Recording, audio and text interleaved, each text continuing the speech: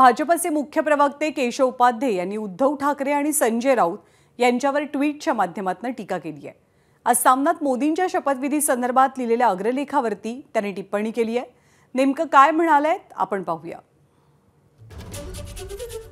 केशव उपाध्ये म्हणतात की श्रीमान उद्धव ठाकरे आणि संजय राऊत स्वतःच्या विचारधारेच्या नरड्यावरती पाय देऊन काँग्रेससोबत गेल्यामुळे तुम्हाला आलेली नकारात्मक ऊर्जा सामनातनं रोज दिसून येते।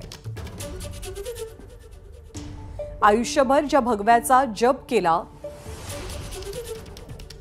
आणि आता काँग्रेसच्या तुकड्यावरती निवडून आल्यावरती नाचलेले हिरवे झेंडे बघून काँग्रेसपेक्षा जास्त सूतक येणं हा त्याच नकारात्मक ऊर्जेचा भाग आहे। कारण कालच्या शपथविधी सोहळ्याला काँग्रेसचे अध्यक्ष मल्लिकार्जुन खरगे सुद्धा उपस्थित होते, मात्र शिवसेना उबाठाचा एकही माणूस शोधूनही दिसू नये याचं नवल वाटलं।